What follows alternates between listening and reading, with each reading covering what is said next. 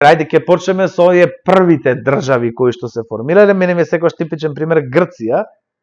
Грција го искористи моментот, буквално се го јавна бранот, се качи на тој бран на хеленофилството кој што постоеше во Европа во 18 век. Значи таа пасија за антиката, реоткривање на антиката со сите нејзини чари и дражи што викаат црвите. Всушност го спонзорираа тоа национално самосознание, тие првите учени луѓе од Грција го добија во западните школи.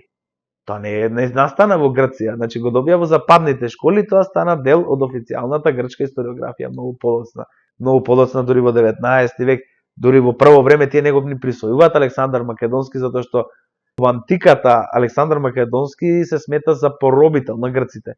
Грчкиот етницитет, или како да речеме, грчката идеја во антиката била ексклузивна. Не секој можел да биде грк. Да бидеш грк, значи треба да бидеш цивилизиран. И ги отфрлале сите други кои што не го говорат прво грчкиот јазик, додека во 19 век таа станува вака поинклузивна и ги инклузира сите од околу што имале некаква врска со нив. А екстремната идеја на грчкиот национализам беше Грција до Софија. Значи, може да замислите сега тоа како би одело,